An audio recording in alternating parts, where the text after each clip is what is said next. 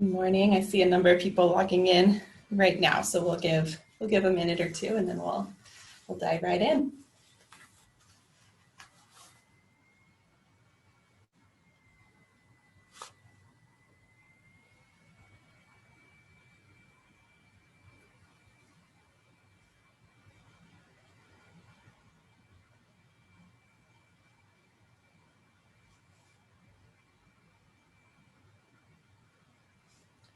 Can I just check real quick? Is my sound okay? Or are people having trouble hearing me?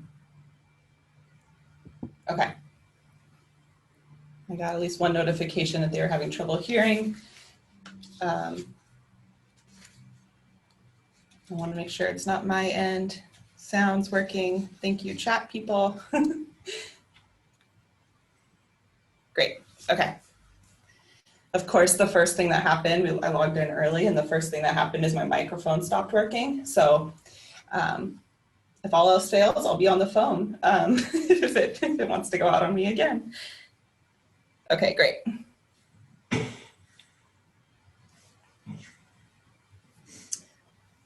Welcome. We'll wait one more minute, 9:03, and then as other people get in, they'll catch up.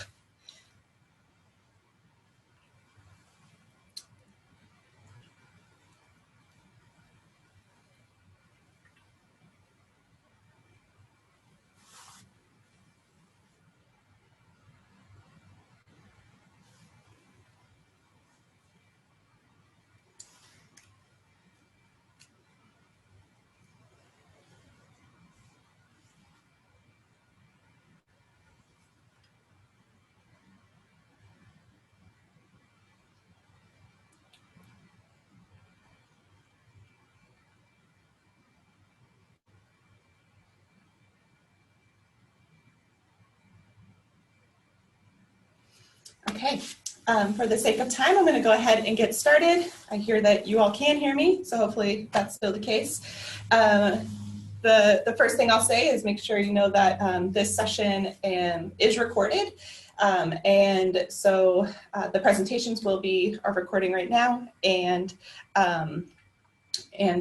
yes, so, and they'll be posted. So if you're watching this later, hello, welcome. And yeah, and we'll go ahead and dive right in.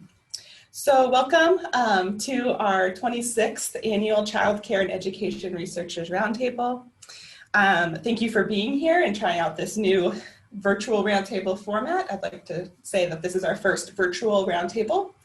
I really want to thank everyone that's helped behind the scenes to inform how we set the day up, how we organize things, do we do one day or two, all of those details, as well as, and that's folks from the Oregon Child Care Research Partnership that join the bi-monthly calls, as well as a smaller group of folks who are helped to work out the details and will be helping with some of our small group discussions today. So thank you all very much, and most of all, thank you all for making time in your day. I know it's hard to fit in everything. We all have a lot going on, so I appreciate you being here. The tagline for today's event, we really wrestled with what is the focus and what are we focusing on? And we really strive that today and this morning is about identifying opportunity out of chaos. Nobody's been unaffected by what's going on right now. COVID is still affecting us, and it's getting a little relentless and hard. But at the same time, we know that some communities are facing harder times than others, and that's never been more clear. And we also know that, and everyone on this call today, I know has a lot of energy towards solutions and change, and that what COVID has done has brought up a lot of existing issues with the child care and early learning system that have needed attention for a long time. So we're also poised in a historical time for change. Let's see if I can. I am learning new things, like how to progress your slides. There we go. Okay, so here's the plan for today. We're going to follow a similar format on Thursday. You can see I just have a few times in here because we're going to just make it work, see how it goes. I'm going to provide some initial remarks and we'll be diving into our first presentation at about 9:20, followed by a 5-minute question answer. Then there'll be a second presentation, about 5-minute question answer for those pressing questions. Then we'll have a discussant come in and provide some comments and some, again, conversation. We'll have a full group discussion. We'll take a screen break. That will be about 5 to 10 minutes. It depends how quickly we get through things. And then dive into these breakout discussions, which I'll talk about a little bit more so you know what to expect. We'll come back for a very brief full group discussion and conclude at 11:30. Some Zoom logistics. For many of you, this is nothing new. Please mute yourself when you're not speaking. And I have to remind myself to do that as well. Cameras, you're welcome to have them on, off, whatever is comfortable. I'll encourage you to turn them off during the presentation. It helps reduce distractions, but please turn them on if you feel comfortable during the conversational piece. I completely understand if you don't have bandwidth, if you have kids running around, if you have dogs running around, do what you need to do. We're gonna see how this goes, and I appreciate you all making the effort. Like I mentioned, we are recording. We will not be recording to post online the breakout rooms. Those are going to be separate. You may be asked by the person moderating if it's okay for them to record on their own, just for note-taking purposes, and you're welcome to say no. So there will be the opportunity to say no, please don't record me or what I say. And then if you're having technical trouble, there is a technical support person online named Eric, and I think his name in the screen is something like technical support or OSU support or Zoom support. I don't know what it is. It's something like that. He's here to help. There are some funky things that can happen in terms of getting into breakout rooms, and you need to make sure that you're on the desktop app and if your settings are off. So if things do come up, let us know. I've also put in the event page for today that you all had a link to, and we'll add a link to the chat as well, the materials for today, and it also has a page of links, and in that I believe my phone number is in there too. So if all else fails, send me a text and I'll try to help you out. I'll check email when I can too, but don't rely on sending me an email. So there's a lot going on. Okay. So here's the plan in terms of the theme. So really focusing today on family, a family perspective of access, and using providers' perspective as well, and focusing on this access of childcare and really the consequences of COVID for families and the childcare field and how we're juggling it all.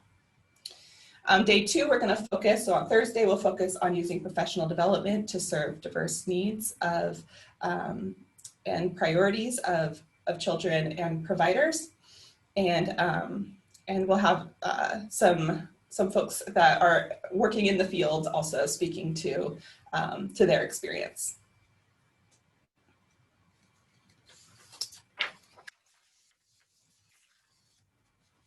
A typical part of the roundtable is going around and doing introductions. And what I want to make clear is I'd love to be able to do introductions. There are now 76 of us on the call. That would take the entire time. And so what I've done is put together how you registered and how you identified. So we have a range of folks here today, and we all benefit by talking together and having conversations across our work and our silos, if you will. It's rare to have the opportunity for conversations like this, and we really need that diversity of expertise and perspective to make good decisions, to do good research, to make good policy decisions. And so that's a big draw and a big reason for these breakout groups that we'll do later. We know that the pandemic has put much of the early childhood system into what you could call a free fall. It's magnifying with the cracks in the system. I've heard the metaphor of a house that needs some real foundational structural work. And like I mentioned earlier, this pandemic is still ongoing, right? A lot of us on this call and in this hypothetical room are problem solvers. We want to fix it, and it's really hard to do when things are still hard and people are still struggling. And so when you're thinking today about moving forward and about what we can talk about and what we can do, I think it's really important that we acknowledge that we need to put up that immediate scaffolding and supports, and you all are doing this in your day-to-day work of supporting families right now, but we also need to think about those deep structural issues and how can we start to move towards a stronger house, if you will. And so what we'll do today, it will lead to what we're going to call a roundtable summary. This is going to be a brief paper. It's going to be something that you can hold on to.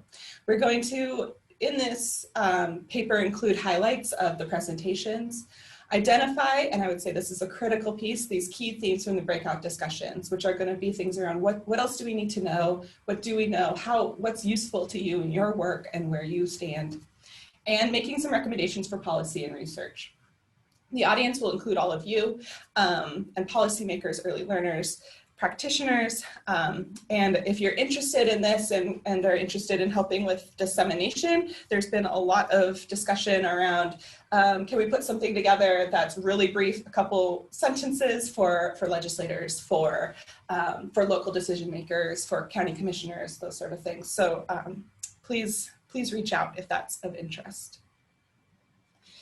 So like I mentioned, we're going to do these small group discussions. I will pause here really quick to make sure you know that captioning is available. It should be along the bottom of your screen. There should be an option for pulling up the captioning. So if that's a helpful tool for you, please feel free to use it. If you're not sure how to do it, please reach out to Eric at Media Services, and he can help get you set up on that. So we're going to do these small group discussions, and to give a little context about that, it's going to be about 30 minutes, give or take, and there'll be a group of about 10 of you in each room, and it'll be random, so there'll be people from different perspectives. And I want you to talk about the presentations, what you've learned, and really what's missing, what more can we do. We rarely have an opportunity to discuss what's going on and to kind of step outside our day-to-day grind. And so I hope that these groups can provide that. We will have a moderator. This is what I'm calling a light touch moderator. So this is somebody who knows what's going on, knows what the plan is, can help move things along. They're also going to help coordinate some note taking as well that will go into the final document. Any sort of notes taken or recordings are not going to identify individuals. We're going to talk very high level. So please know that as well. These are the 3 questions. If you're somebody who likes to prepare and know what's coming ahead of time, please, you're welcome to check these out. The 3 questions that will be discussed in the breakout rooms are: what did you learn? What has this made you curious about? How can you use this information, for example, in your own work? And what do you still want to know? What's missing? Who's missing from the conversation and data? Also, before I dive into that, know that too, we're encouraging multiple ways of communicating. If you're not able to unmute because you have a screaming child, but you have something you want to add, feel free to write it in the chat. If you have some notes jotted down that you want to get us to later, we'll stick a Google form link into the chat. We'll do that now as well as later. And that's another way to communicate any sort of thoughts or musings or questions that you may have. Thank you, Brenda. And then finally, I always like to provide some guidelines for these discussions. We're all experts from where we come from. Some of us may feel more like experts than others. I guarantee most of us do not feel like an expert. We feel like we're fumbling through. So speak from your own experience, listen actively, listen to understand, be aware of when something rubs you the wrong way. Why is that? Assume positive intent. I hope that we can have discussions that that really question where we're at, do some critical thinking, and that can, it's important to remember that we're all here for the same reason or similar reasons. Be willing to admit and make mistakes. And this is the most important rule for today. If no other rule sticks with you. If you don't know an acronym, please ask. We have folks on, like I said, from a range of perspectives. If you don't know what ERDC and RF and CF and all of those terms mean, please don't hesitate. I guarantee someone else also does not know what I'm talking about. I'm a guilty party here. And then finally, I want to bring your attention to some other tools that we have as a part of the Oregon Child Care Research Partnership work. We will be putting together, like I said, this roundtable summary that I already highlighted. We'll also be sharing the sharing tool. Thank you to those who have submitted. For those that are new, this is typically a research sharing tool. That I sent an email out saying if you have research or evaluation work, fill out this Qualtrics form and we will distribute it. Typically, we are able to go around a circle during lunchtime and share each thing, and that's not, we just don't have time for that again.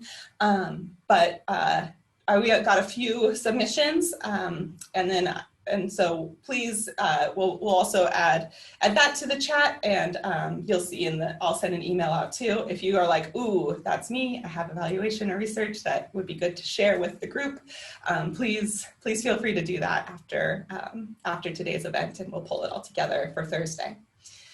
In that, you'll see there's opportunity to have your work highlighted on our brand new Facebook page. We just created one and are hoping to use it to share the research that's going on in Oregon. There's a lot of research going on. There's a lot of evaluation, and a lot of us that are craving that information. And so that's a new avenue that we're doing. And then also the Early Learners Facts and Findings website, which is another thing that you're welcome to include your work as a part of, and we continue to work on the website. And so if you're interested in those, on the event page, we have materials for the day. If you click on that, it should take you to a folder, and that's where a lot of that stuff lives. So without further ado, we're going to dive into today's presentations. We're going to start with Phil Fisher, who is here from the University of Oregon, and he's going to speak to some national representative data on the well-being of U.S. households during the COVID pandemic, briefings from the Rapid Survey. Then you're going to get to see me again, and I'm going to speak to some key findings from studies that we just completed on the Task Force for Access to Quality Affordable Care. There's a legislative task force, and providing a framework to thinking about childcare access. And then we'll finish up with David Mandel, who will provide some comments and we'll have a short discussion. So I'm going to stop sharing, and Phil, if you want to get yours going. This is always the hardest part. All right, good morning, everybody. Can you see my presentation and can you hear me? Yes to both. Great, okay. I'm now can only see my slides, so I won't be able to see people, but it's a pleasure to be here. Thanks for all of the organization work, Megan, and I'm really happy to be able to speak to this group about our survey. So let's dive in. The Rapid Survey is a survey that began this past April. Really, the origin of it was that when the pandemic started, we realized, and I think many others did as well, that there wasn't really high quality rigorous scientific information about what households with young children were going through or needed, or for that matter, what was going well in those households, and that we really needed to be able to collect data, to be able to understand these issues. It was also really clear to us, because so much was changing so quickly and has continued to, that we needed to run the survey on a regular basis in order to really fully understand the needs. And that's where RAPID was born. RAPID stands for Rapid Assessment of Pandemic Impact on Development. The work has been guided by a really stellar national advisory team that Joan Lombardi chairs, and you can see members of that team right here. It includes the wonderful Miriam Calderon, who's the head of the Early Learning Division for the state of Oregon, as well as a number of other researchers, child advocates, and policy experts, as well as a few of our funders. And I also do want to acknowledge our funders, who you see on the right, who've supported this work since its beginning, and really made a big difference in being able to get something of this nature, which was a really ambitious project, up and running and launched in really rapid time. So the survey is an ongoing project in which every survey consists of over 1,000 households with at least one child age 5 and under. It began April 6th, and through July, we ran the survey on a weekly basis. Since then, we've been running it every other week. Our goal from the get-go, and we've been very successful here, has been nationally representative data in terms of geography, where people are coming from, income, as well as race and ethnicity. The survey is administered on either smartphone or computer in English or Spanish. It takes about 15 minutes, and people are paid for their participation. And this website that I've listed at the bottom is where you can read a number of postings. We've also had quite a bit of media coverage. I think this just intersects with a lot of national interest in this topic, and so lots there that you can pursue. Let me just start by saying here are the overall findings that I'll be covering. Since this is a child care meeting, I thought I would start by talking about some really hot off the press data about child care usage and what we're finding, which is actually that it's trending more and more towards pre-pandemic levels in terms of the amount of use. But I don't think that's an indication that everything's hunky-dory. I think we are still in the precipice of things really falling apart in childcare, and I'll talk more about that. More generally, we've consistently been finding that really, in terms of households with young children, that difficulty paying for basic needs, including childcare, is really at the root of the difficulties that we're observing, and that we're really seeing a kind of a chain of hardship over time that's the result of financial difficulties and material hardship being passed along to children by the way that it's impacting parents' well-being.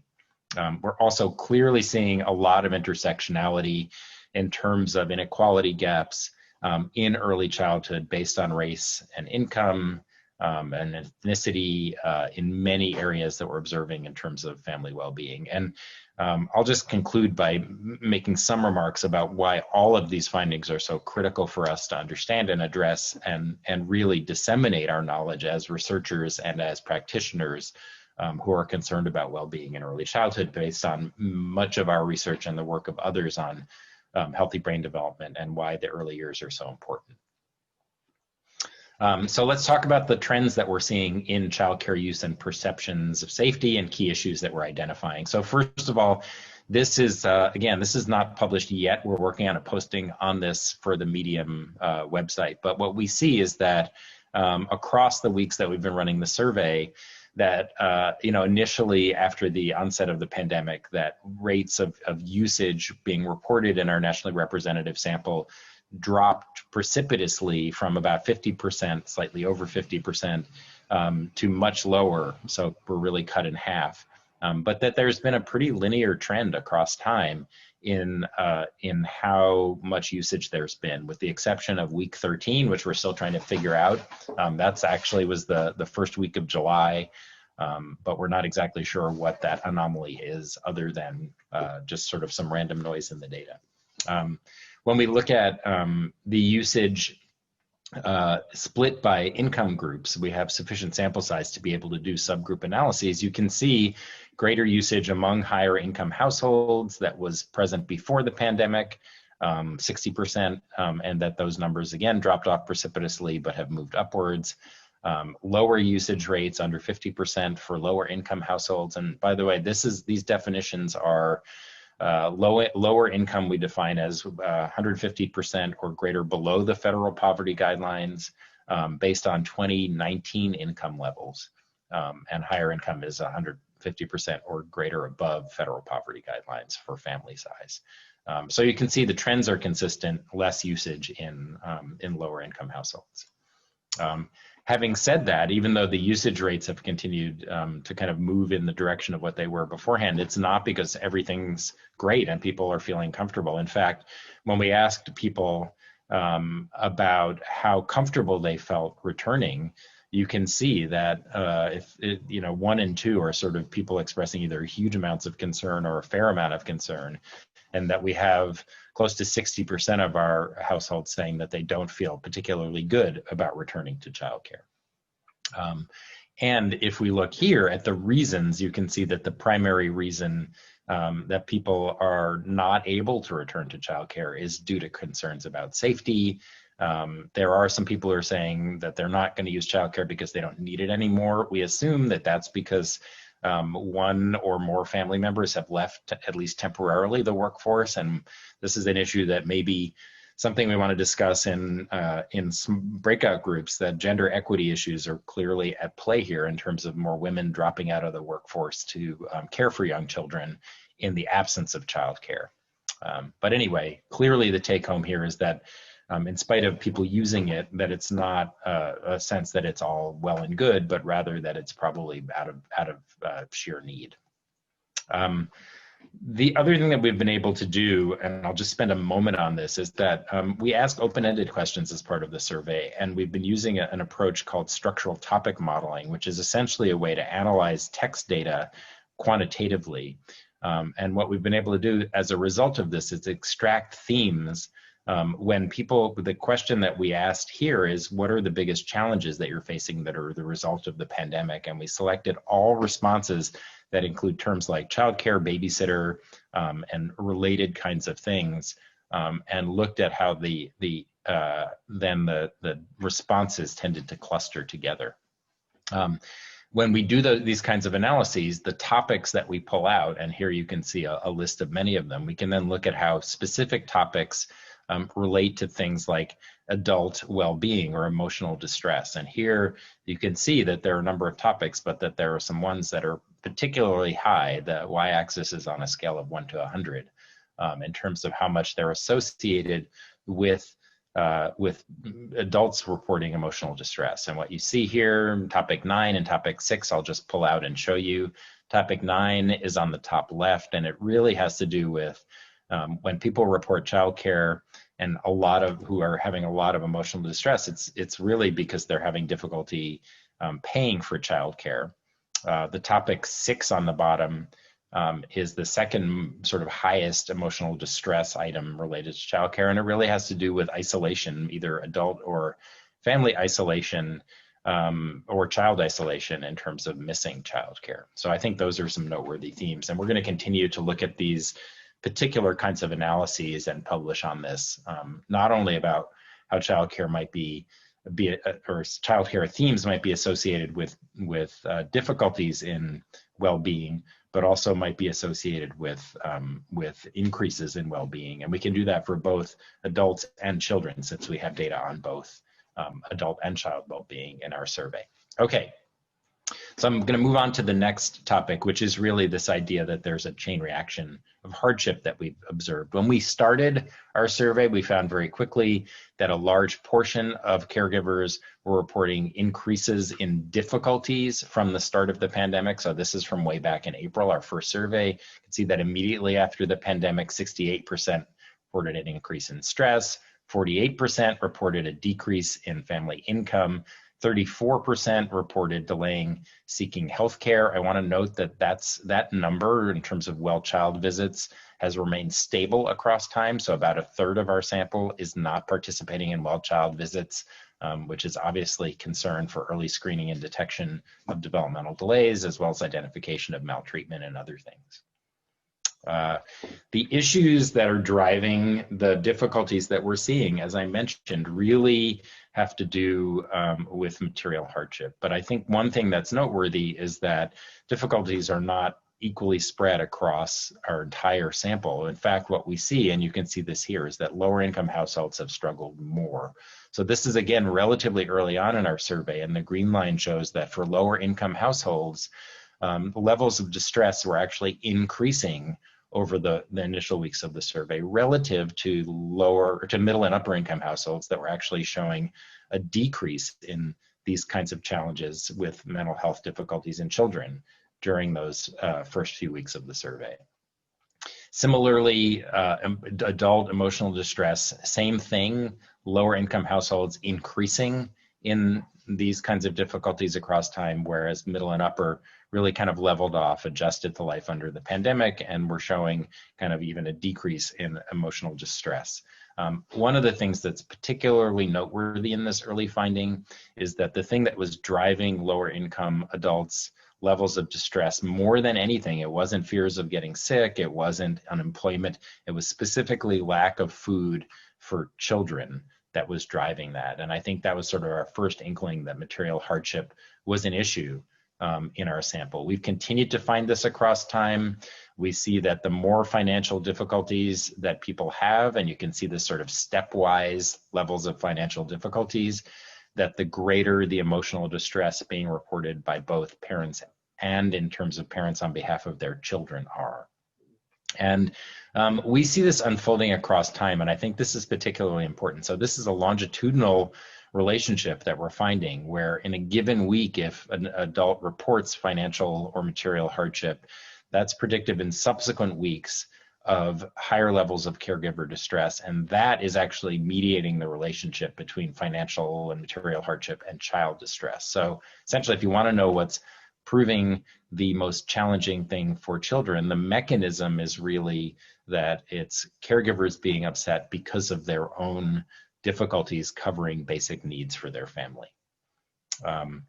These are not insignificant numbers, and I think this is really important to point out. So as of mid-July in the survey, 20% of the families that we were following were reporting that they were having at least one area in which they were experiencing material hardship, including things like food, housing, and utilities. But that number by August, when the CARES Act and the supplemental relief, for instance, the $600 a week unemployment benefit and moratorium on evictions ended, the numbers had increased substantially. This is a slightly different question. We asked people in mid-August, were they worried about having enough food in the next month? Were they worried about getting evicted? Were they worried about having their power or their electricity or water turned off? And you can see that now we have 42% of all households saying that that was the case. One bright spot in this is that very clearly emotional support, and that can be emotional support provided by people in the family's immediate environment. And actually we found that people are sort of shifting away from emotional support from coworkers or friends and looking much more to family members and even their own children for emotional support, that really seems to buffer against this chain reaction of hardship, which is kind of a positive finding. We have also been finding that over the course of time that parents are really doing it all. And I think this is a really noteworthy finding. What we see here is that parents, more than anybody else, are really the one who are caring for their older kids' online learning, as well as being the primary caregiver for younger children. I think this is noteworthy in part for this group because there's been so much reporting in the media about pods and pods being used by adults for taking care of younger children as an alternative to daycare or school. We're not seeing that in our data. We don't think pods are really happening. They seem to be a kind of nice, like affluent invention, but not something that is being heavily relied upon in the general population. The structural inequalities that we're seeing in our data are really staggering and or perhaps the thing that we most need to really focus on. So I mentioned that 40% as of August of our entire sample were reporting at least one material hardship. But if you look at Black or Latinx households or single parent households, that number goes up to 60%. 60% of households in these particular groups are reporting that they don't have enough money to feed their family in the next month, or are worried about getting evicted or having their power turned off. That's, I think, quite staggering. And in this context, we have failed to pass additional relief efforts for families. I think another particularly noteworthy finding is that being in particular a household of color and being of middle or upper income does not buffer you from these financial and material hardships. So these are low income Black, Latinx, and white households, and this is the proportion reporting material hardship, and you can see they're about the same. But look at what happens when we look at middle and upper income households. So white households, 20% pretty consistently across time. The red line here represents the end of the CARES Act. 20% of all middle and upper income white households having at least one material hardship is in and of itself of grave concern when you think about income not protecting people. But if you look at Black households, the number of these are middle or upper income Black households as of 2019, and still around 40% are reporting difficulty covering basic needs. The same is true for Latinx households, although here what you see is that things looked a little better initially and have pretty much gotten consistently worse. Some of that is true with Black households as well. Some suggestion that the initial CARES Act efforts may have been helping. I'm just going to conclude here in my last few minutes by noting that, and I think this will probably be news to few people here, but these issues around lack of childcare, around even the questions that keep coming up around why is it safe to reopen childcare but not schools, the stress that people are experiencing around questions of safety, the need for using it, and also just more generally the context that all families are in around these chain reaction of hardship issues, in particular households of color and single parent households, really suggest to us that we should be gravely concerned about the well-being of young children in this country. And I'm sure this is true in the state of Oregon and regionally as well, because we know that chronic ongoing stress in the absence of supportive relationships with primary caregivers and the absence of those relationships can be not just because people are not parenting adequately, but also because external events are really interfering. And that's what we're seeing here, that adults are experiencing significant stressors themselves, that's being passed along to children. This is a perfect storm kind of recipe for what's been referred to as toxic stress. And in our own research at the U of O, as well as many other studies that have been done, we know that this kind of chronic toxic stress exposure can lead to detectable impacts on things like the connectivity of various areas of the brain and the extent to which we see healthy brain development kind of get sidetracked, neural circuitry get impacted, but also we see downstream effects on physical health as well as mental health. And we can expect that left unaddressed, that these things are going to be things that we see impacting the next generation. And so this is not simply a matter of some times of hardship that young kids will be too young to remember and then we'll be off to the races and things will be okay at some point in the future, but rather history and lots of kind of other situations that we've seen where children are exposed to toxic stressors like the child welfare system and conflict affected areas and children who end up in refugee camps. We can detect these effects at both the biological, brain, and behavioral levels, and we can see these effects lasting across the lifespan. So we really must take action. And I think childcare is really at the root, because without adequate and safe childcare that's of high quality, parents' ability to get back to work, to be able to focus on other things like older kids' education will really not be able to proceed. I do want to note and end on a kind of a positive tone, which is that we also in our own research have found that the brain and biology and behavior all have a lot of plasticity, especially early in life. And that's both for better or for worse, but we could envision a better where if we do respond to the needs that families and children have, at this point that it's not too late to see positive impacts and to see the mitigation of some of these so-called toxic stress effects as children continue to go through this experience. But it really falls on all of us as researchers, as practitioners, as members of American society to focus our efforts on these issues and to do what we can to disseminate the knowledge, to make our understanding of these areas known, to amplify the voices of households as we're doing through this survey, and to not rest until we've addressed these issues. And I'll stop there and turn things back over to Megan.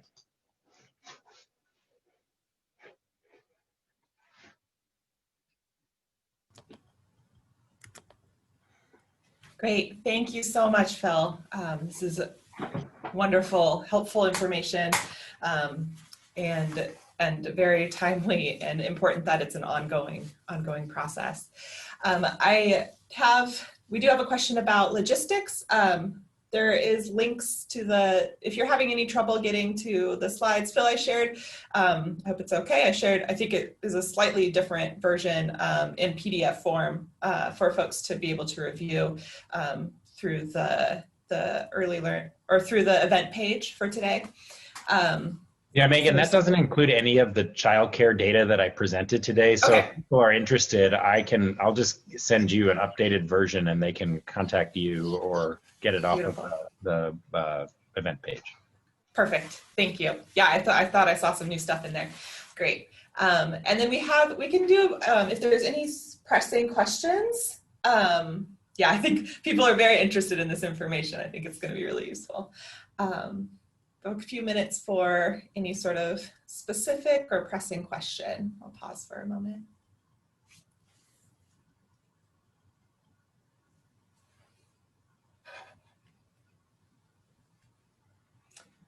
All right.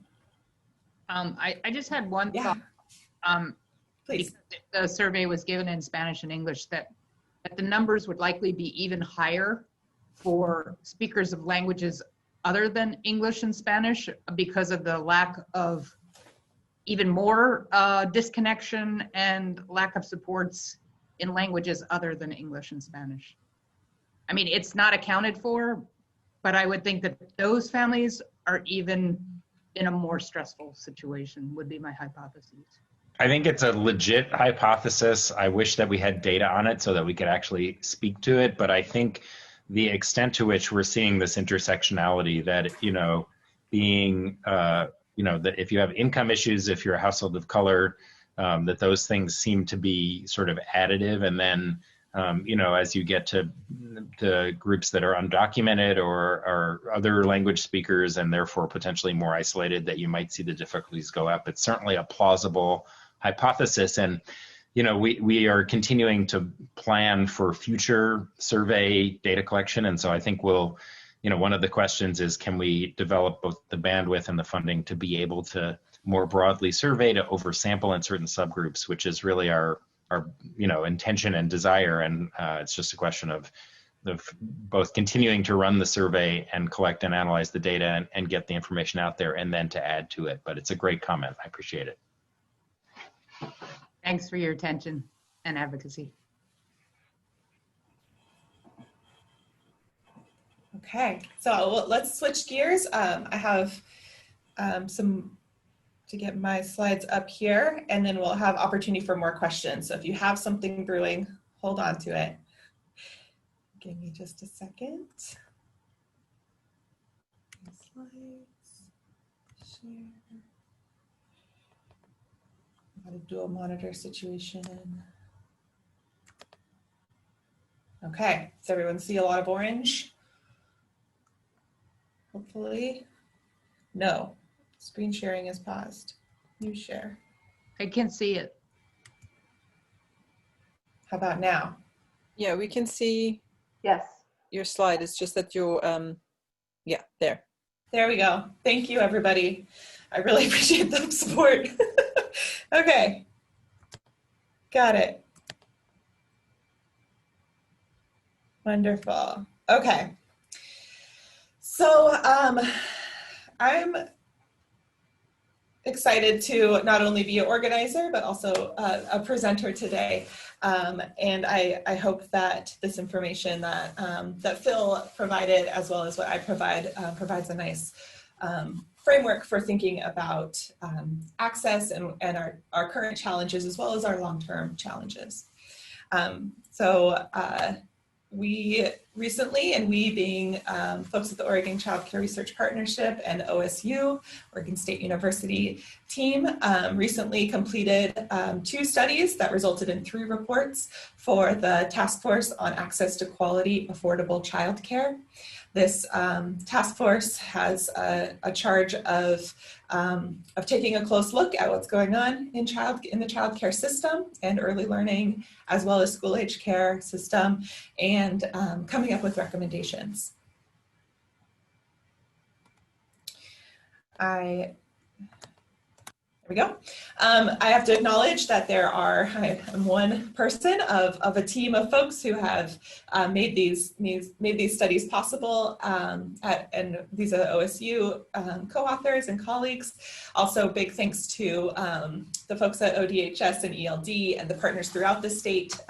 If you got information from me asking for recruitment, we were able to do some great qualitative interviewing that I'll be presenting on, and that wouldn't have been done without your help. And then also a thank you to their study advisory group, who were invaluable along the way in designing the study, telling us what makes sense, what doesn't, and all of that. So I'm going to present today in a little bit of a different way. Rather than talking about each study and summarizing, I'm going to organize some remarks around these key access aspects of childcare access. So access is complicated. We know it's multidimensional, and it relies on considering multiple facets and multiple issues at the same time. There's this wonderful definition that's provide a nice framework for folks throughout the states as well as nationally, and was created by experts, including our very own Bobby Weber was a part of this process. And this is the definition, and then I'm going to break it down and then talk about some key findings around each. So first, access to early care and education means that parents with reasonable effort and affordability can enroll their child in arrangements that support the child's development and meet parents' needs. So these 4 aspects. Reasonable effort is really focused on, does the care exist? Is it available? So I'll talk a little bit about the role of access in terms of what's been talked about recently as our childcare desert reality that is most Oregon communities, where there is simply not care to choose from. This is also looked at in terms of capacity and enrollment and other ways of measuring. Affordability should probably have a big A and an underline. This is a big challenge of the current child care system and a family's ability to provide care, and providers and educators' ability to provide that care and education for children and their families. These are things about how much it costs, the prices. There's a lot of discussion right now around the cost of care and how much it costs to provide care, and how the mismatch is with what parents can afford. Then that families wish that their childs are in an arrangement that support the child's development. This gets to issues of quality. And we know that quality is a messy word. We know that quality at its base is does that child feel safe? Does the family feel good about sending our child here? It goes up to relationship quality, to those daily interactions, to the enrichment materials that are available. All these things are about stability, child development. And stability, like I was going to say, is also a key aspect of providing supports that are supportive. And then finally, does the care meet the parents' needs? Does it allow a parent to get to work? A big challenge we know, especially among all families, but particularly for low-wage families, is finding care that fits their work hours. Non-standard work hours are incredibly common, and fluctuating work schedules. And I'll highlight that too with COVID right now. And the parents we spoke to, a lot of them have really their hours are ever changing. And so finding care that can be flexible and can meet those needs is particularly hard. This also includes things like transportation. So can the child, does the program provide transportation? If it's after school care, do they pick up and then take the child back to the facility or the home that the child's at? And so we know there are access barriers to all of these areas. And we also know they don't live alone. They're not, nothing is unrelated. So it's complicated. So these are the titles of the 3 reports that we did, the first 2 being around supply and demand. And if you're interested in these, I have the link up here, then we'll make sure the slides get posted. They're now highlighted on the early learners page. And so the first 2 studies are looking at supply and demand. To do this, we looked at community level access. So a year or so ago now, we, in the partnership at OSU, put together a report on childcare deserts. And in that report, we spoke to how Oregon is a desert, and then how counties are deserts. This report dives in deeper and talks about the community level, which we measured with the census tract. Other research uses census tracts, and we'll often refer to it as a neighborhood. That's another common way to think about it. Supply was the number of childcare slots in 2018. That's the latest clean data we have available. And for that piece, that's also at this community level. And so to get to that supply and demand, or what we call the percent access, again, we use access in a really sloppy way. So we're talking about how much care is available, how much care exists. We take that supply, how many slots there are in that given community, and look at that as a ratio to the child population. And in there, I put demand with quotations. So this is the potential demand. We know not every child and every family wants or is able or interested in having their child go to a facility that would end up in our count. Much of care is informal. And right now, as Phil demonstrated, a lot of it's happening in our own homes with parents and possibly grandma stepping in every once in a while. We also looked at how this community access varies. So looking at community characteristics, so the percent of population with each of these characteristics, looking at communities that were characterized by being low income, looking at 185% of the poverty line, a high percentage of single employed parents, children of color, as well as we looked at rurality. And then finally, public funding for this study was measured with contracted slots. So these are funds that are supported by Preschool Promise, Early Head Start, OPK, Migrant Head Start, and this is also as of 2018. So you can think about these data as a baseline of sorts, because we know things have changed. Then we also did a study on barriers to access. And for this, and a lot of the rest of today's presentation will focus on this, we conducted 30 in-depth semi-structured interviews with 16 providers, 12 parents, and 2 benefit eligibility workers that are in the field offices. And in this work, we strategically recruited to get a sense of experiences and of common themes across different types of providers.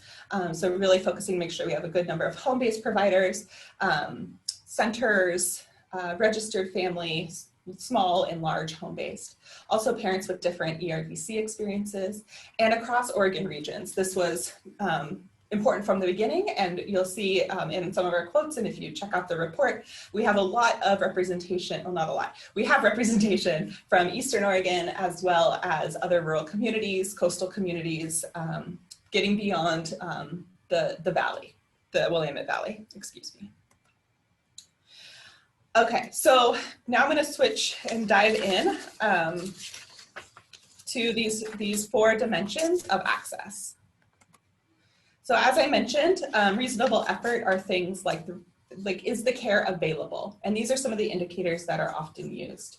This also includes the information. So are parents able to get the information about the programs that they're interested in and make an informed decision about the care that they elect for their child?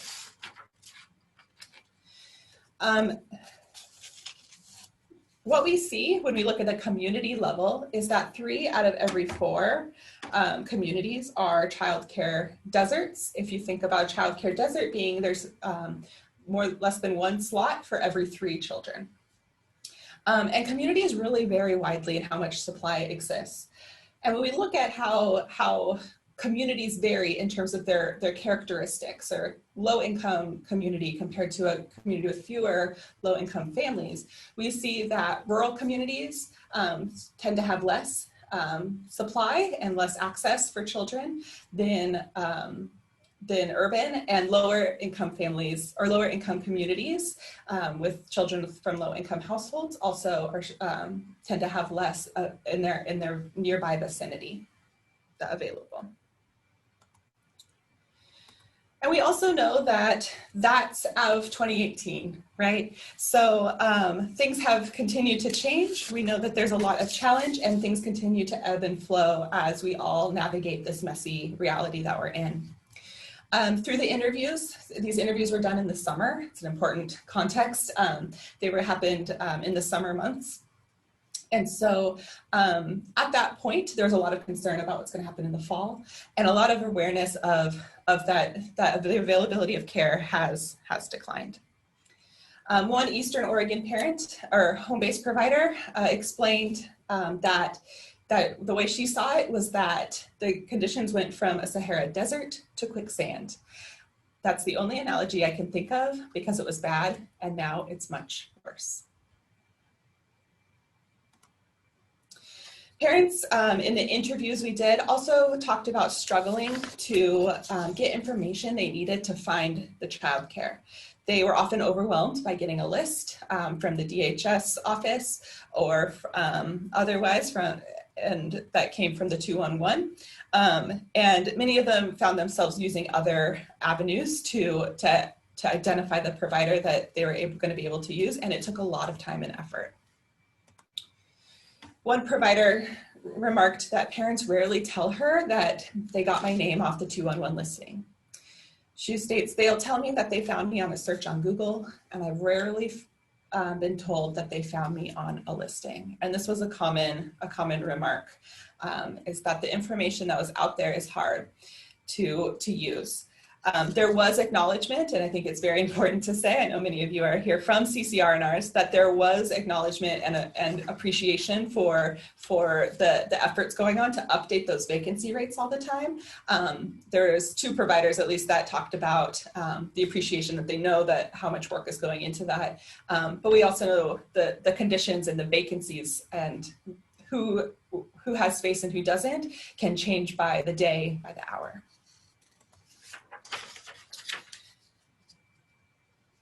Parents also talked about the struggle of not only finding a provider, so somebody who can take care, but finding a provider that both has availability, they have an open slot, they have space, they can care for the child for those hours that are needed, as well as they also are willing and up for working with the ERDC program. And ERDC, I realize I did not define, is employment-related daycare, and I use that interchangeably with the subsidy system and when I talk. So apologies for that. One parent explains that using the childcare subsidies was a little bit harder to find a provider because they're limited options and because they can only take so many kids, okay? So providers talked about how they restrict how many families they serve, and that's largely because of financial reasons. When providers are asked about why they restrict so many numbers of children using ERDC, they explain that they wanted to serve more, and many of them felt worried that they were turning families away, but they saw themselves at risk for not getting paid. They talked about how it was hard to take on families that use ERDC because the copays were high. And so some people's copay, one urban small home-based provider explained, some people's copay is like $600. So if a parent doesn't pay you that copay, you're missing $600 from your check. And so there's a lot of nervousness and concern around taking ERDC, and a lot of providers restrict and say, okay, I'll take this many. My financials are such that I can take 10%, or I can take 2 ERDC slots.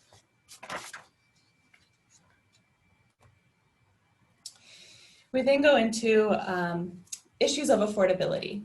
So like I said, these are things about costs to parents, costs to providers, and public programming, and where public investment and investment plays into this. You may have seen before, the U.S. Department of Human Services recommends that child care costs not exceed more than 7% of a family's income. And we know, particularly for low income households, that this is far from the reality. People are paying 30% or higher of their incomes. These costs to parents often constrain what is actually accessible to them. There's a lot of out-of-pocket expenses, it's particularly for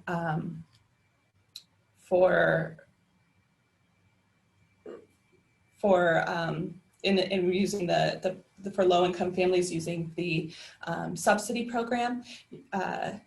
Like we mentioned before, if there's a higher copay, there's still cost to parents, and there's also additional charges at times. And we also know that that childcare, even if we're not charging a price to parents, we're still there still needs to be money going into that, and so the role of public investment is also an important piece to keep into the conversation. So we know that public assistance, such as ERDC and subsidy, in particular helps, but the high copays are a significant challenge for parents to afford. One parent shares that, I remember feeling frustrated. I'm feeling like, I need the assistance, and not being able to obtain that. And then hearing how high my copay was going to be was really discouraging. And that was like, childcare is probably the biggest stressor when you don't have it. This person was declined. They were approved for the benefit, saw what their copay was going to be. They're at the higher end of the scale for eligibility, and decided it wasn't worth the effort. This parent has since reapplied with the COVID emergency programs, who show that, and she's not paying a copay at this point, and is pleased with being able to use the program, and is worried about when the copay returns, what she's going to be able to do, if she's going to be able to stay in the same care. We know that affordability is a barrier for all, but a very few number of families. This isn't an issue that solely is a low-income family, with quotes, issue, a poor poverty issue. Affordability is an issue for all, but a very, very few families. And parents recognize that, and providers recognize that. One rural parent who left the program due to COVID, she no longer needed to use it. She was working from home, and so decided to keep her children home, and talks about her and her partner both work full time, but we don't bring enough money home. We all need kids in childcare. It's a struggle for everyone, not just low income. And I really wish they would take that into consideration, and they being the state. Because I know a lot of families that they have a higher income, but they can't work because they have 3 kids. So we know within families, those decision-making happen, and is an important piece of the understanding of affordability for everyone. And providers spoke to this as well. They spoke to this tension that they navigate between being affordable and charging families what they know they can afford, and their own financial stability. So this mismatch between the tuition price and the costs of running their programs and making a living wage. And a lot of concern of that right now with COVID. One provider shared that they have only raised their monthly tuition by $25 over the last 10 years. Yet, I believe this is a certified family. So this is a large home provider who has staff, yet her staff wages have quadrupled. And so that leaves that margin that she's been leaving is getting smaller and smaller to survive on. One provider shared that they used to charge above the DHS reimbursement rates, and they used to charge more. But now that they have a few contracted slots that they have set up with the state, they're able to reduce the parent tuition prices for other families. And then we talked to providers who spoke to that they will be increasing their tuition rates this coming year due to COVID. A lot are saying, told us I think I'm gonna have to up it in the fall or in the winter. I just don't see how I can keep my doors open otherwise. And people had different takes on how they were gonna deal with that in terms of the families that they're serving on ERDC or on the subsidy program. For example, having folks who can, they won't necessarily charge that copay to families that they know couldn't really afford it. So even then, although they're upping their rates, they're also thinking about what's fair to the families. And then finally, public funds really help parents and providers stay afloat during COVID. The most talked about beneficial emergency ERD policies that came up were the waived copay. It really helped, and there was talk around the benefits for financially and just and as well as the relationships between the parents and providers has improved because they're not having to go back and forth and complete billing forms and find out if they've paid their copay and these things that can really strain the provider-family relationship. Increased income eligibility has been helpful. One provider spoke to being able to stay afloat because some families that stopped using care and that were using the ERDC program were able to be replaced by some families that had higher incomes and that were able to get onto the program. And then finally, attendance policy around not taking attendance and allowing some flexibility there for providers to continue to bill and move on and still get paid. There was still a lot of caution and concern around when these policies were going to end.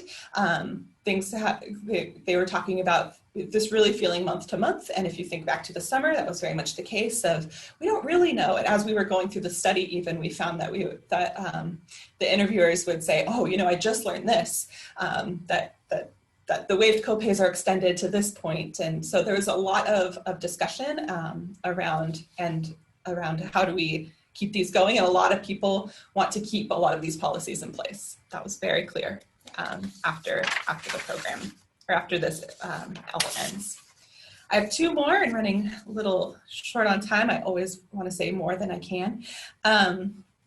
The other aspect of access that's incredibly important is supporting child development. This is measured by things like our SPARK, Oregon SPARK, QRAS ratings, as well as other ways. So how coordinated the child care settings are with each other, as well as with other sectors. Practices that encourage stability for a family, keeping them with a single provider for a long period of time is better than bouncing around. And practices that meet children's unique needs, particularly those with higher behavioral needs and others were brought up. So on this note, parents reported in the interviews that they struggled to find a stable, quality provider. They found it hard to find somebody that they felt safe with and really talked about safety when they discussed quality. One Eastern Oregon parent explained that and was reluctant to say, but then said it was kind of a nightmare to search for childcare. There are some terrible places that this parent visited that I just wouldn't want my kids to go to. This parent then talked about bouncing around and having to go to different providers until finding one that worked and was able to serve this person's multiple children. And now this parent is very pleased and talks about their provider as that she treats them as grandchildren. They're treated more like family than they are as just as resources. And so that nurturance is very important to a lot of families that were talked about, that spoke about struggling to find, and then once they do find them, holding on tight to these providers. Parents really talked also about really struggling to find someone and the challenge of visiting different places. There was one parent that had an infant and talked about going on multiple bus rides to go visit places and having a hard time finding somewhere that she felt really good about leaving her child. We also know that providers, it's hard to struggle to meet the needs of some children. Some particular groups that were brought up are infants and toddlers. We know that the infants and toddlers we struggle as a state to have enough care for infants and toddlers. We also, and so providers spoke about sort of their reservations about caring for infants and the lower ratios, the increased liability and responsibility. Children with disabilities were also a group that was brought up. I'll say we didn't ask explicitly about these groups, and a lot more work is definitely needed. But around children with disabilities, really struggling to meet the needs, asking to, or a child with high behavioral needs, a provider talks about needing to ask a child and that family to leave because she didn't feel like she could meet their needs, and really feeling poorly about that. Finally, providers spoke to how the subsidy and how they view ERDC as something to foster quality, and thinking about public support investment as an investment in children. One rural certified home-based provider says that child care assistance is about the betterment of kids. This is about making sure we have high quality education in the state of Oregon, and we're going to make sure that the bottom 15 or 20% of families, that's of incomes, can afford the very best care, because it only raises it a level for everyone else. So there is a lot of focus on seeing the subsidy program as well as other public investments as investing in our future, investing in our children. And then finally, we are at the point where I want to talk about meeting parents' needs. This is our final indicator of access. This is distinct from reasonable effort. This is thinking about what a parent needs.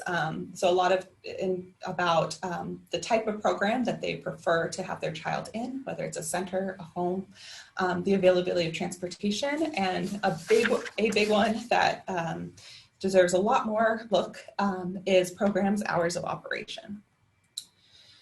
In particular, parents' non-standard working hours make finding childcare difficult. And as I mentioned, with the COVID realities, the parents we spoke about losing their job for a little while, getting it back, getting some hours back. So these hours are ever changing, and the timing of them can be largely outside of that traditional 9 to 5. Interestingly, all of the providers that we interviewed were currently not working with non-standard hours. They weren't doing evening, weekends, but many of them had in the past, and agreed that it was very much needed. One rural parent talks about when we asked, why do you think other families aren't engaging? Why do you think that families struggle to get involved and use this program? They talked about, another thing is like if you qualify for ERDC, but your hours are not normal hours, it's going to be hard to find a childcare provider that can cover those swing shifts. So there is awareness of non-standard work hours making things difficult. So to sum things up, we know that Oregon families and nationally, families face barriers to access. They can be thought about under these buckets. I find these useful descriptives, but we know that these things are also interrelated. And we know that the challenges are feeling more intense during COVID.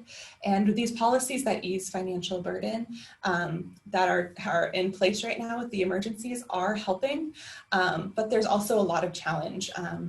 The emergency child care regulations are there to support health, but providers really acknowledge that it's really hard to make ends meet financially with the additional regulations that they are doing what they can. There's a lot of different ways to go in future directions. I could go on about this for a while. This is a small study, so we were very limited and really focused on getting across the Oregon picture. More needs to go into this. There's so much potential in these data in terms of us going back and looking at them more, as well as thinking about who do we need to talk to more, who in here, what subgroups are important to get the picture for. Then also, how broadly are these experiences being experienced? And something like a statewide survey could be a really helpful way to get a sense of how the themes that emerged in the report maybe how widespread. Like I said, deeper investigation of issues and populations, thinking about these local level contexts. So I spent just a tiny bit of time talking about looking at the census tract level. There's a lot of exciting work going on around really understanding where families live and where care is located, and thinking about distances between those, thinking about how the outside of the communities you're around affect them. And so there's a lot that can be done here to help us make good policy decisions. A lot of work is needed, and this was touched on in the interviews, but so much more is needed around cultural competence and thinking about how you define quality. Our home-based providers in the study definitely spoke to this need of having their quality and having their safety and their jobs being appreciated, and not always feeling like that is understood and what they do is understood in the field. And then we need to acknowledge the role of racism at all levels of the system and see how it's operating and address that. And by digging deeper into experiences, both in terms of depth as well as breadth, can help us get there. So in conclusion, please check out these studies. I love questions. We're working on some one-pagers right now to try to disseminate and distill. As you could tell from my rapid talking, we have a lot that we covered in a very short amount of time. And so I'm very happy to answer any questions that are pressing right now. Hi, Megan. Hi. My name is Nadia Lucci. How are you? Good. Thank you so much for your presentation. It was very helpful. Yeah. And also, I did message you, but I guess I should ask you. So, yes. And you just addressed it in your conclusion, but it would be super interesting to see. I'm not. I mean, you're not very clear on what the parents and the providers, you know, if they were English speaking only, if they were Spanish, Russian, you know, whatnot. But so that would be my first question. Were these monolingual English speaking providers and parents? And yes, that is thank you for asking that question. I did breeze through that, and I'm glad you brought it up because it deserves attention. Yes, so we had a very short time frame and resources, and so these are English speaking providers. We had and as we recruited, we were asked, are you doing this in Spanish? Are you doing this in other languages too? And for this report, we're not able to. But I will say concerns unique to linguistically diverse parents, providers were brought up by the providers and parents in here to say, like, you need to talk to other people to get a stronger, to get that perspective. So it's needed. Yeah, definitely. And it was really nice also to see, you know, one perspective, because, you know, I would guess the outcome that you would get from minorities represented in the surveys and studies, it would be much greater. I think, you know, if it's bad when you are able to navigate websites and resources in English, I would guess, an educated guess would be, it would be much harder if you don't speak the language. So yeah, no, yes. I really appreciate that clarification, so that we have that vision that it probably is much worse. Yes, and I appreciate you bringing it up. And I think there's it needs to be done, and it's an urgent need. And it was brought up by the providers and parents and folks that helped with recruitment too. And so, yeah, I very much appreciate that. And yeah, and the last question that I had is, within your survey, did anybody referred to have either a really good experience, bad experience, or medium experience with 211 while they were trying to find childcare, or they didn't know 211 existed, or I don't know. I'm just curious. Yeah, and I'd be happy to follow up around 211. We do bring it up a little bit. It was brought up. It was mixed reviews, I would say, so that's why I'm cautious to go too deeply into that. There was concern about the list being very general, and providers kind of had a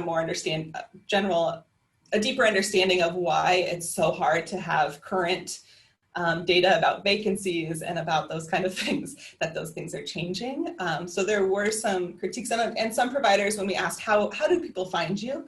211 was brought up sometimes, but a lot of the time it was word of mouth. And friends and family, and even somebody talked about going on to Facebook and posting that they're looking for a provider. So I think there's a lot of strategies being used, and I'd be happy to look into 211 further and share. Yeah, did anybody bring up the CCRNRs? I know that now, at least ours, it doesn't take care of that, but we do get from time to time calls from desperate parents. So. Yes, yeah, a little bit. A lot of parents don't know who exactly they're talking to, and providers did too. There's some talk around CCRNR and recognition, but yeah, there's a little bit in there, and I'd be happy to follow up around the role of the CCRNR. Thank you so much, Megan. Thank you. Hi, okay, yeah. Hi, this is Denise. I'm at EC Cares in Eugene. So I just had a quick question around, were you able to find out about the experiences of parents who have children with disabilities in terms of accessing childcare? Thank you so much for that question. That one goes along with the need for future research. It was brought up.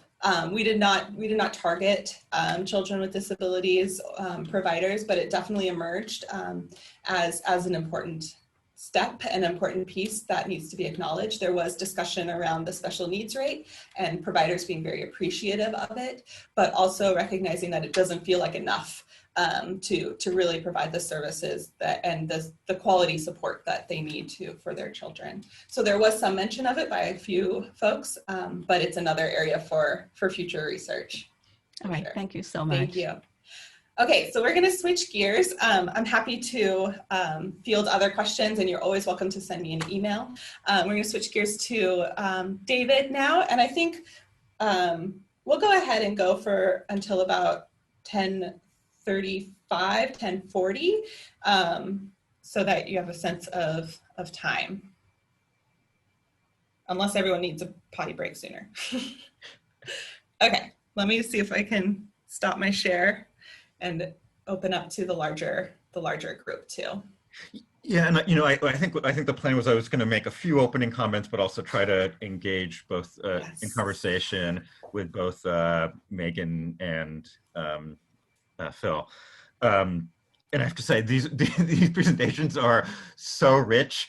I'm not exactly even sure where to begin today. But I mean, I do just want to start by saying I can't think of a better way to start the roundtable by putting the perspective, voice, experience of families front and center.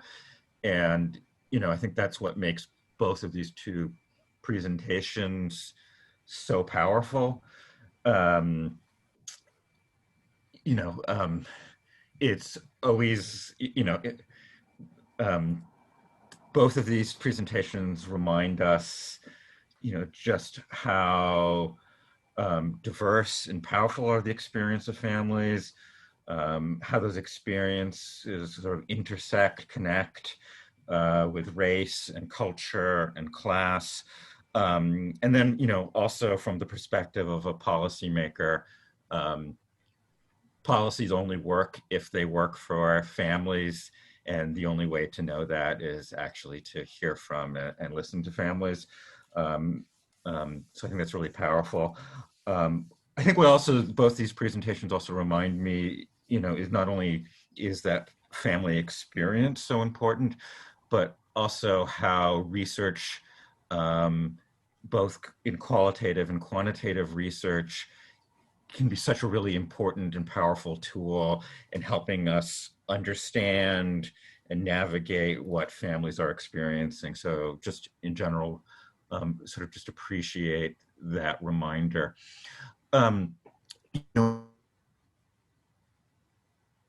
Listening to both these presentations again from the perspective of policymakers, sort of going back to pre-pandemic and sort of thinking about early care and education. I think we've known that we've both had a sort of a crisis in affordability for parents, but also a crisis in supply. So families can't afford to access early care and education, but even when there's resources available, really challenging to find early care and education that meets families' needs. And, I think that fundamental problem of the world of early care and education is clearly that families can't afford it. Programs are barely, at the margins of profitability, and the caregivers are being paid, incredibly low wages. And there's a fundamental economic problem in early care and education that this can't work if it's just being paid for out of the pockets of parents. So I think there's been a really growing and stronger recognition that without some real public investment, not just to offset the cost of early care and education, but really support programs financially to really support supply, we're not going to get out of that problem. This is coming back to the presentations in the sense that, we've really, in the last couple of years, really been trying to sort of develop more explicit strategies to support the supply of early care and education. And I remember having one conversation with a legislator about 18 months ago of, well, how will you know when there's enough supply? And my sort of, I can't remember if I actually said this or my thought was, we are so far away from that I'm not really worried about answering that question now. But then when we got into the middle, when the pandemic hit, we were suddenly in this situation, where everything changed overnight, and programs were shut down and then operating under new emergency childcare guidelines. Parents were told to stay home and not go to work, but that wasn't reality for a lot of families. And then we were really in the situation where trying to sort of figure out where we were in the relationship between what was available childcare and what families were sort of needing immediately under the situations became really, we were really, to be honest, operating in the dark. And, while we were able to assess what was the sort of available, emergency childcare supply, really having a sense of what parents were needing and demanding in terms of childcare in those situations was really, really challenging. And I think remains a really significant challenge. But I think what both of these studies also do is complicate just even how you assess demand and adequate supply, right? So we can count numbers of programs, we can count numbers of slots, but if it's not affordable to families, if it doesn't operate during the hours that they need, if it doesn't meet language needs, if the family doesn't feel welcomed and comfortable in the program, then it's not meeting demand and there's not adequate supply. So I think so I think both of these studies really help us in complicating those questions. Listening to Phil's, I think part of what was so powerful in Phil's presentation was really just the straight line it creates between material stress, caregiver stress, and child stress.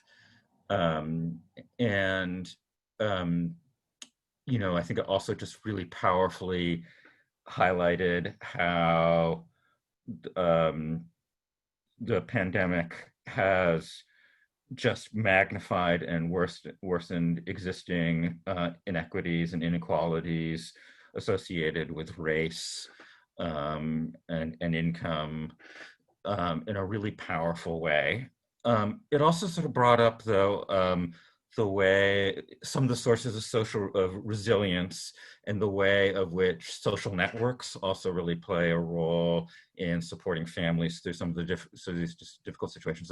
So one of the things actually I ended up thinking a little bit about in hearing Phil's presentation, there was some really interesting research by Mario Small from about 10 years ago about the way in which childcare programs actually provide a really important role in helping parents develop social networks and social capital. So there was something I hadn't really, so I think it was just made me think about how the pandemic's also impacting that indirectly through the way that it's impacting childcare. It was also really powerful, and I hadn't heard the recent results until this morning from the study on how parents are thinking about childcare.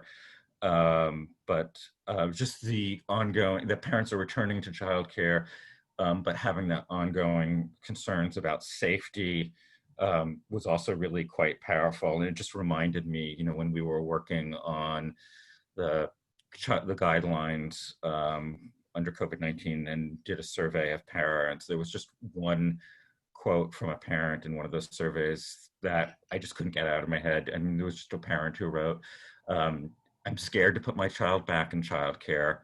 I have to work. I don't know what to do. And, just the challenge that parents are sort of facing in this current situation. It's something we just have to, can't forget how real those struggles are for parents of sort of navigating both the sort of safety concerns, but the reality of needing to work and access care. But I think that also brings home just how important it is to sort of have that deeper understanding that you can only get from directly from hearing from families of both what does it mean for them to feel safe in a program? What are the supports that they need to be present, to have that kind of at least greater sense of trust as you're returning their kids back to care, and sort of similarly sort of thinking, how has the pandemic changed what parents, or has it, in terms of what kinds of care arrangements that they're looking for and what they're looking for when they're making those choices, knowing that those choices are often really constrained by both availability but also just financial resources of families. So anyway, so those are some of the reactions, and I just sort of want to turn it back to both Megan and Phil if you have any sort of follow-ups.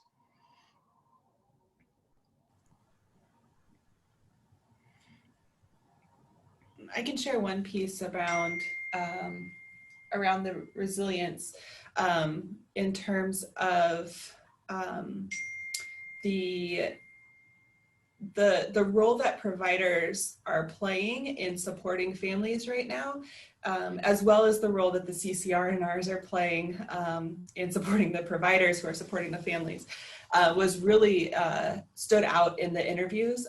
The amount of consideration for helping families apply for a program, for helping them understand the processes. There's a lot of an invisible, I think providers often felt like they're doing kind of this behind the scenes support. And I think acknowledging that that was something that really stood out to us as a really a key thing to recognize in terms of when we look to increase support and we look to help continue the childcare system of who are parents speaking to and really getting good information from, and then if they're trusting their providers, then how do we support those providers in the role that they're taking on that goes beyond childcare? Megan? Yes. Yeah, this is Nadia Lucci, SDA 6 again. And hi.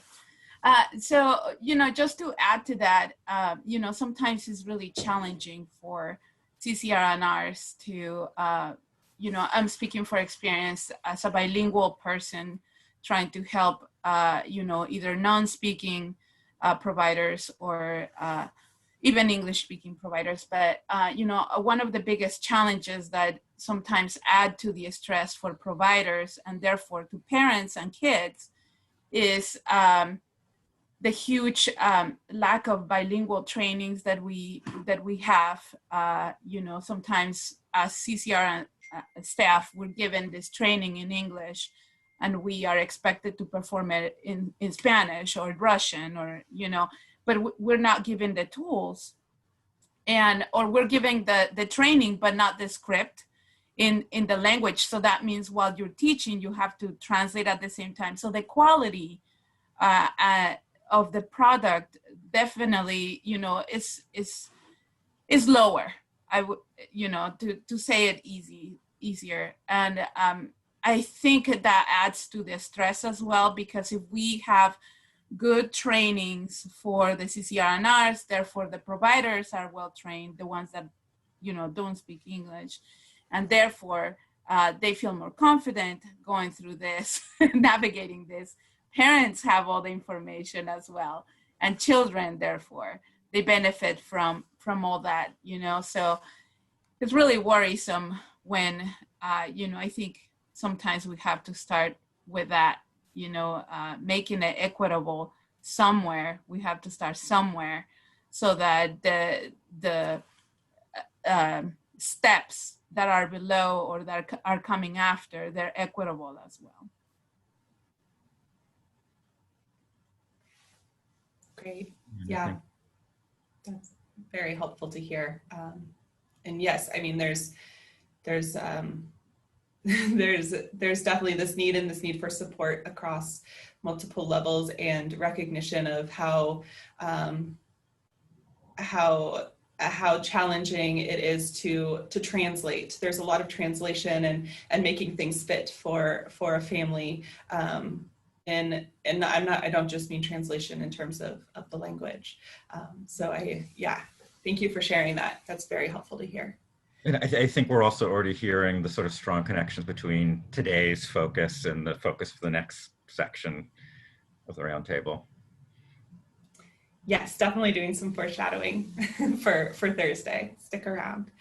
I see a lot of wonderful questions in the chat. I'm trying to multitask here around the challenges, around that it feels like between a rock and a hard place from the parent perspective. I see the comment from Margie around going back into childcare and dealing with when a kid gets sick. There's and managing the ups and downs and the fears and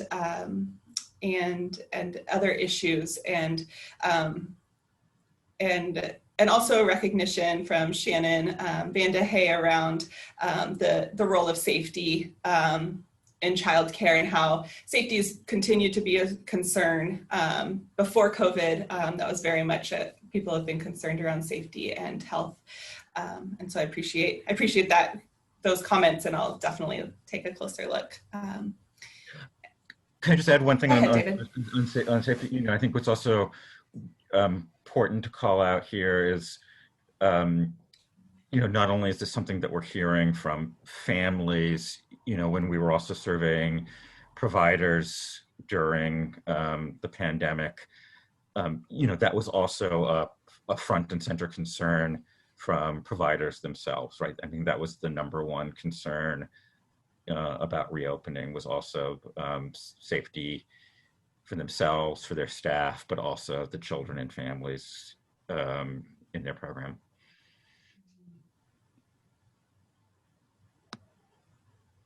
Great. Let's finish up with one more question. I see a question in the chat from Mary around the current and potential role of incentives for people that have irregular scheduling needs. And I'm not able to speak to that, but I don't know if other folks are able to speak to that challenge and how you're thinking about helping families meet those needs.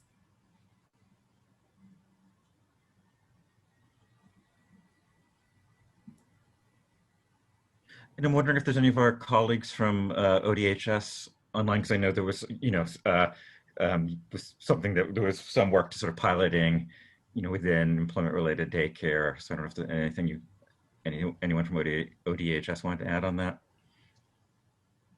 Hi, David. This is Jen Eras with ODHS Childcare Policy, and we did do a pilot paying an additional amount for alternative hours, which were anywhere from evening care to early morning care, as well as weekends. And we do think it was very successful. It just wasn't something that we were able to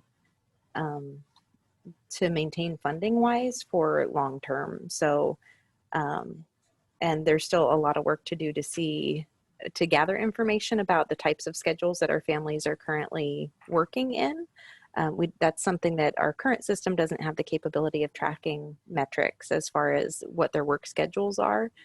And so we just really got to see the amount of use of both our providers and our families, like how many of them were actually utilizing and accessing that alternative hour care.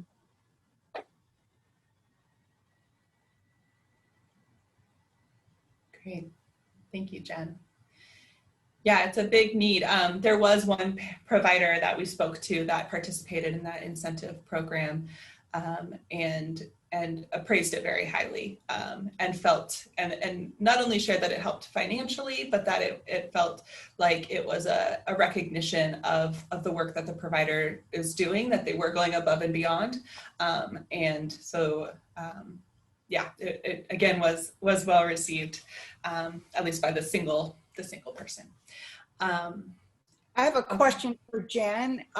Jen, do you believe that providers who would not have provided irregular hour care chose to do so because of the incentive?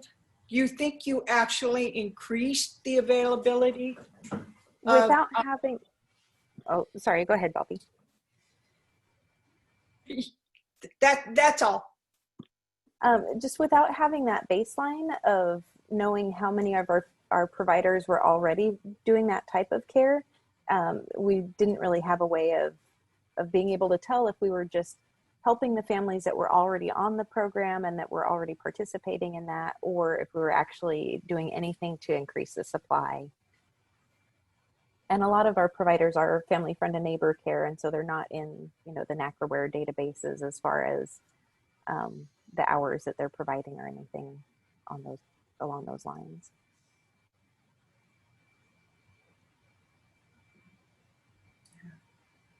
Yeah, a lot of potential next steps around that. Thank you, Jen and Bobby. Okay, so I see a couple other questions. Let's ask this one final question and then we'll take a short break while we organize breakout rooms. Please stick around and join. We will do that right before that. David, I don't know if this is something you can address. I know there's not a single answer, and maybe Phil also, but is there a sense of how many providers have left the business during this pandemic? And how are you wrestling with that question? Oh, thank you that's a huge question. And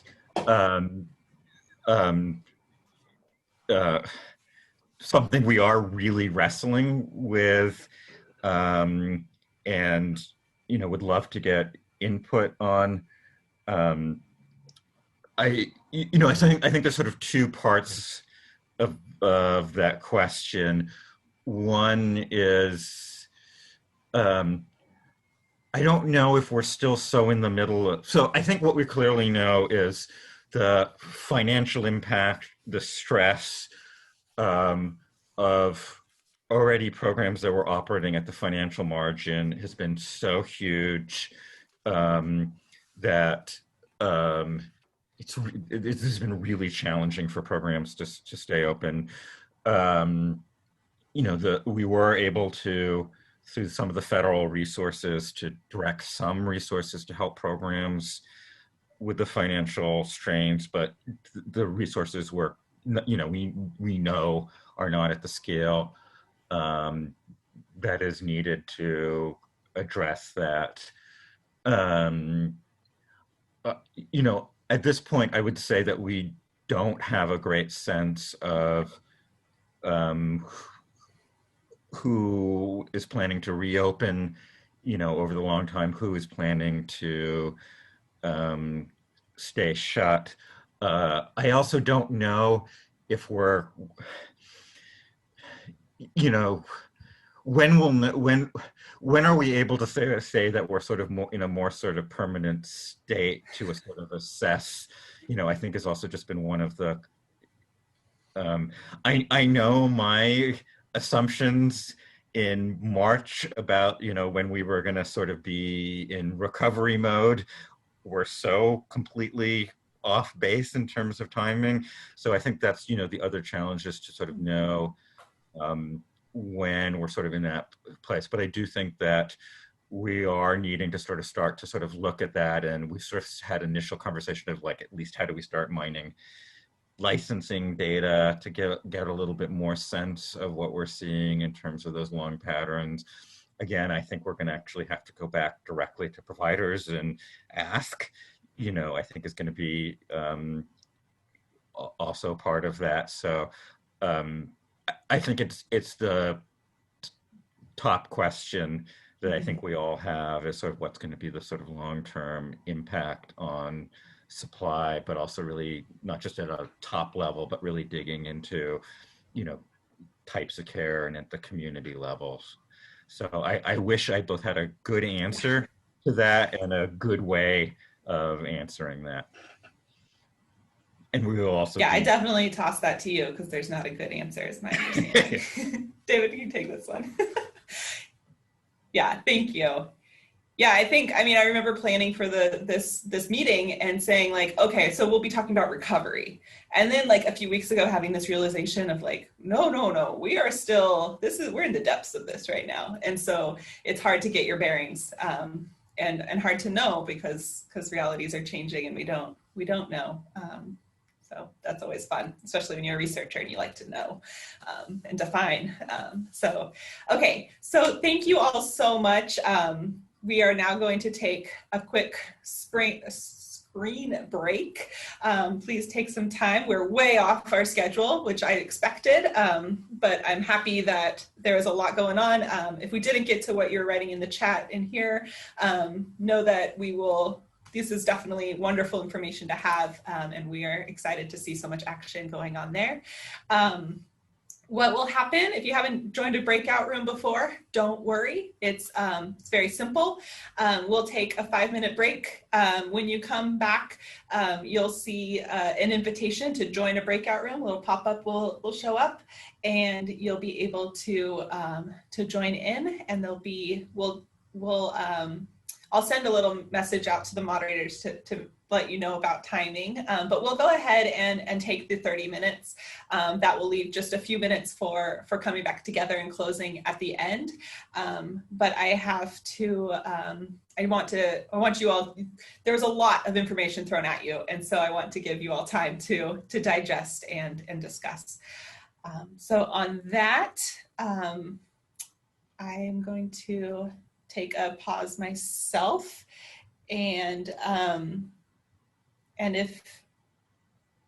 then Eric, I think we'll set up the breakout rooms. So if you want to take a quick break, a few minutes, come back, and when you come back, you'll join your your breakout room, there'll be a little button for you to click. Thank you all.